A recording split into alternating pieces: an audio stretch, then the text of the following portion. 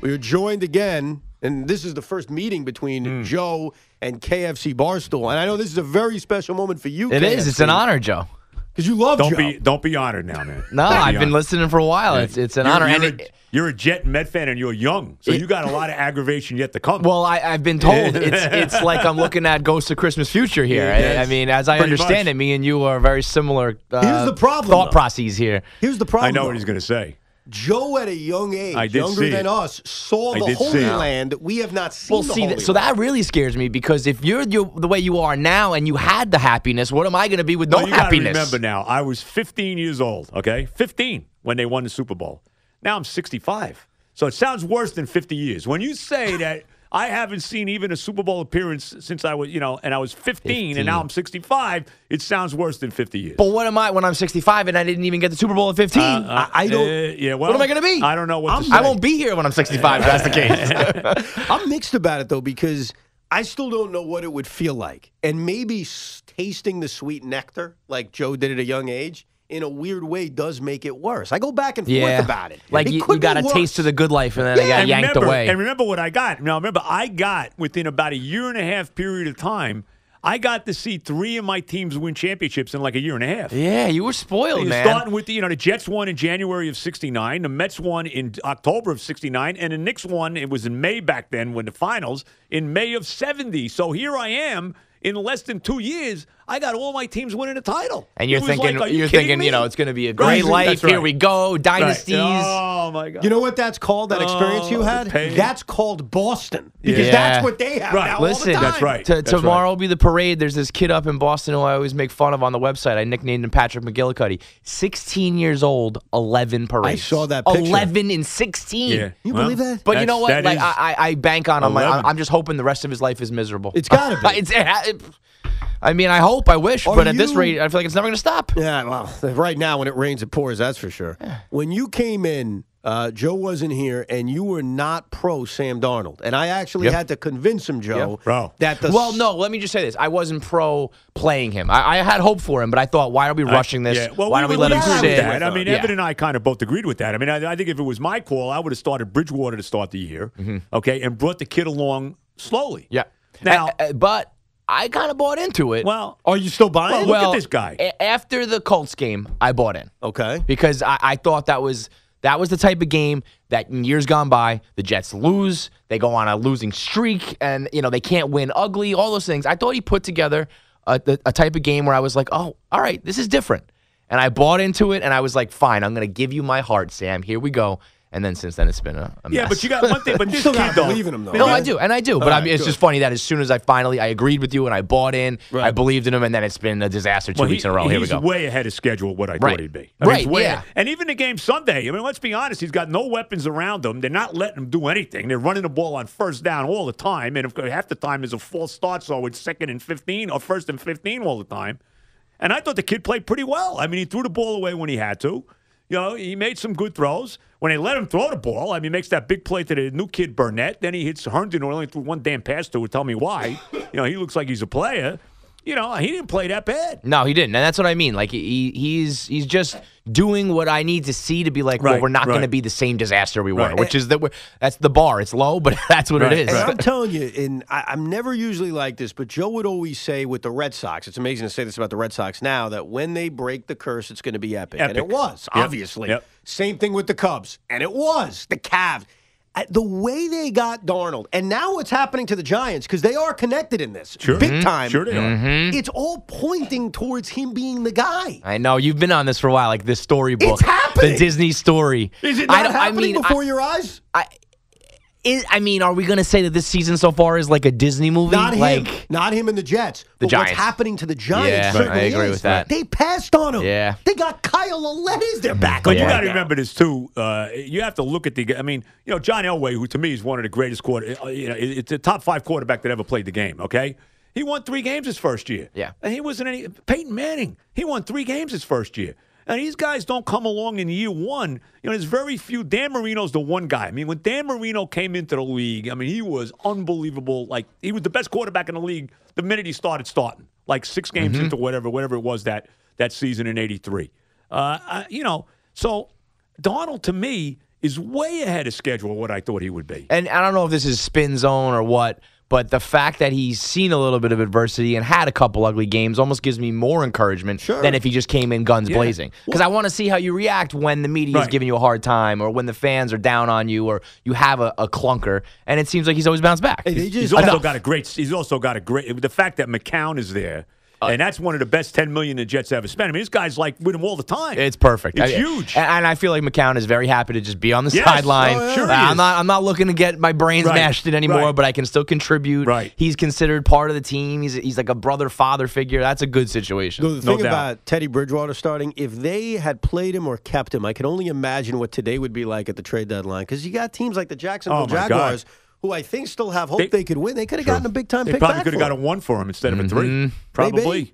Maybe. But, I mean, then you also think about the development of Sam has been pretty solid. So I wouldn't mess with that for, a second or a first. No, when you got at this point now, you're right. Right. At this point now. Yeah, I mean, because he's given you enough. I think with a young quarterback, you want to see flashes of it. And I think we've seen plenty of flashes of it. What they've got to do, though, here's what they got to do. They got to build a better offensive line. They have to give them weapons. They have to have a run game. And they need a coach. I was going to say, listen. That's the number one thing. Yeah, first and foremost, this guy. Number one. You're done with I'm done. Bro, he's terrible. I can't watch another field goal when we're down 30 points or punting when there's 2 minutes left in the game or something. It's just asinine. No, but the penalties. Yeah, the same ones every week. It's the same stuff. Yep. Well, we don't.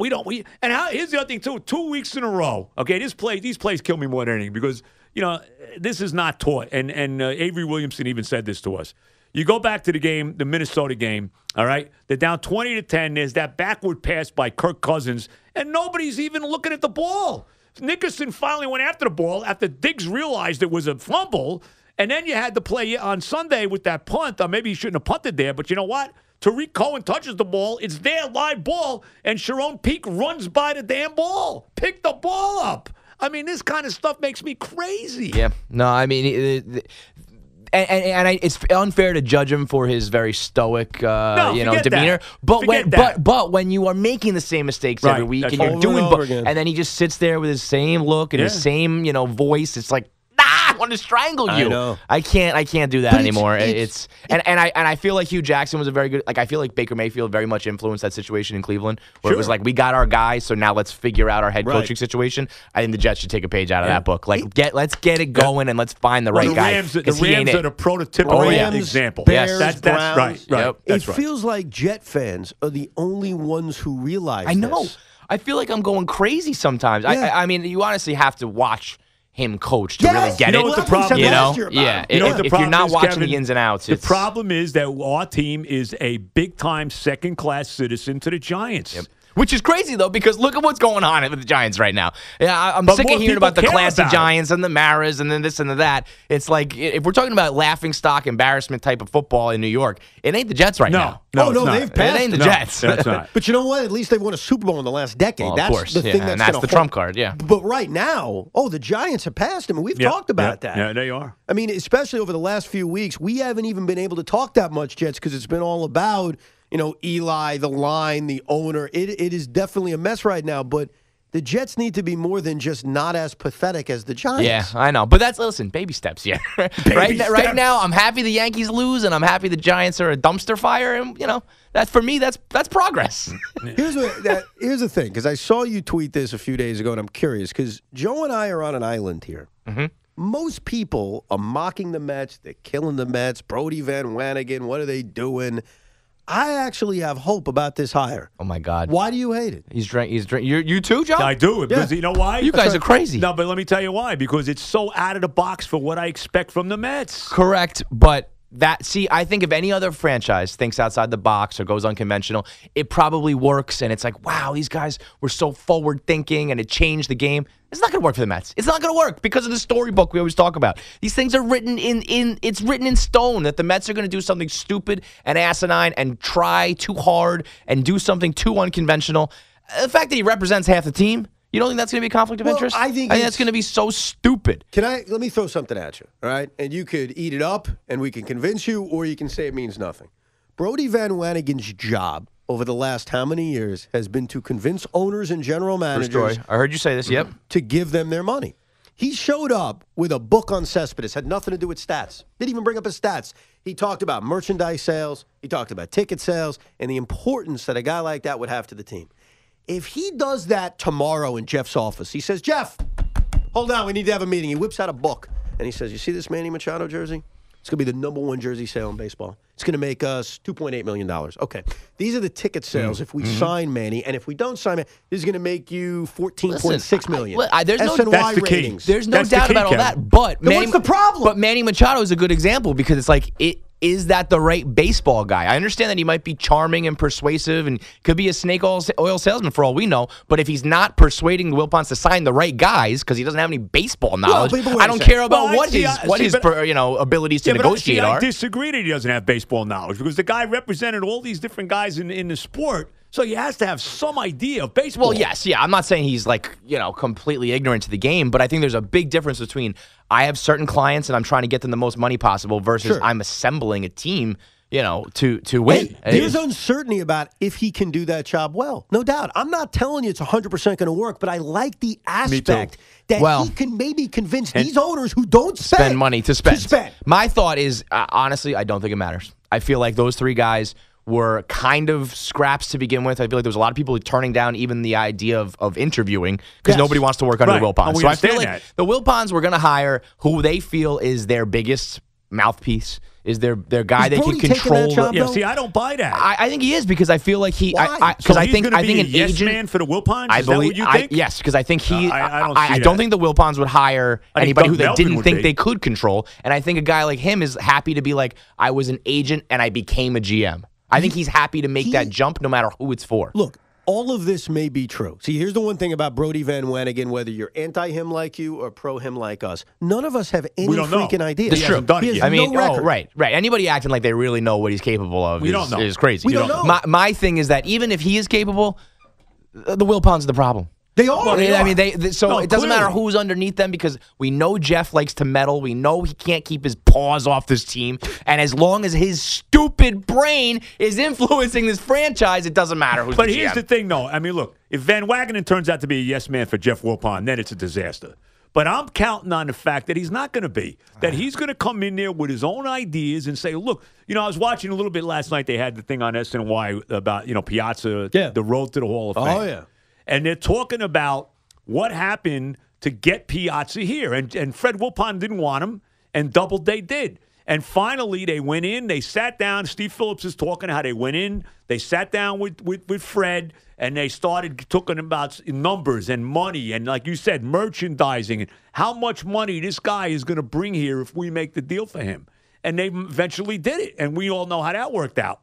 I'm counting that Van Wagenen is going to do the same thing for us now with the Mets. From your lips to God's ears, Joe. Let's see. I mean, and if that happens, I will gladly have egg on my face. I would love it. But they got to, I just don't believe that's how it's going to play out. Or if it does, I could see them picking the wrong guy. Piazza was the right guy, but you give it to Machado, and let's say he plays much more and behaves much more like he did in this World Series versus how he has in the past.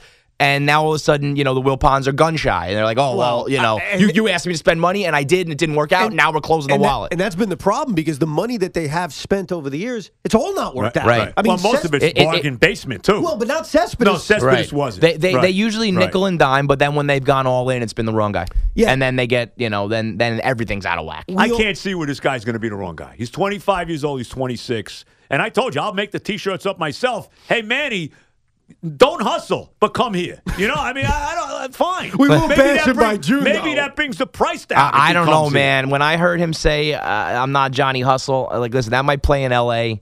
I might play for a loser. I feel like if you're in New York, but he's going to get you here. will go of course. crazy. Of course I will. You will blow a gasket over that. But tell me you don't want Manny Machado. I don't know. Listen, prior to this postseason, I would have been all about it. I don't think I realized how much of a jerk that guy is until I saw him spiking people and openly saying I don't hustle. The hustle part I agree with, but spiking people, playing with an edge? I think there's a difference between an edge and openly spiking people. What was dirty? When he kicked them? Yes. The schmuck had his foot all on the base. It was. Doesn't want to play first base. But Get off the bag. Can I ask you this, Kevin? Did you want A-Rod here when he wanted to come here 18 years ago? Okay. So what? Seriously, what's the big difference? And we only hope Machado's as good as A-Rod. What's the big difference? Well, I mean, I'll buy him the steroids. I don't care. I love it, Joe. Come here. Prior to the postseason, I would have been right there with you. I feel like steroids or not, we're not throwing the championship back. I think we should buy them all the steroids, Joe. Everybody, let's go. It's not the NCAA. You know what I mean? There's no vacating any titles here.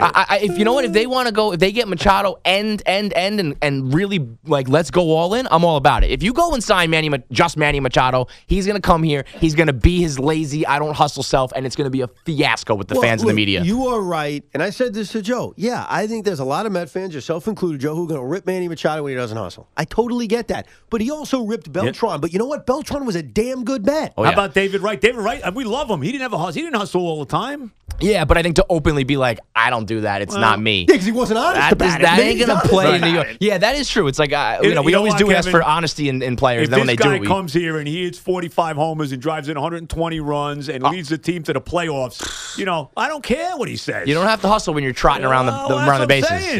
I'm with you on that, man. And the thing is, very few times does a guy at that age get the free agency. It's right. just not common. That's exactly right. The conflict of interest part, I don't know. I think it's going to be fascinating. And the fan base, and here's the other thing too: the fan base. You may be down on it. I guarantee you, 90% of the fan base will be delirious if they sign Manny Machado. Well, once you get, there's nobody of that talent level at all in this team. So when you see someone who is just a stud in the box, I know how to sell it to you. Here we go. You know what that would do to Yankee fans? Oh yeah. They love Manny. Ernie. My God. They're already putting it, they're already him, Harper, and, they're already adding it onto the team like it's set in stone. Listen, I hope. I just feel like the problem is Manny Machado, you put on orange and blue, it's like a poison. It's like a stink that you can't get off of you. Yeah. We'll see. Let's see. Okay, I appreciate you coming in, my friend. Thank you, man. Joe, it was an honor and a pleasure. Man, I appreciate it. Thank you, guys. The great KFC Barstool. You can follow. Great. All right. Pretty good at KFC Barstool. Pretty good. We'll go with that.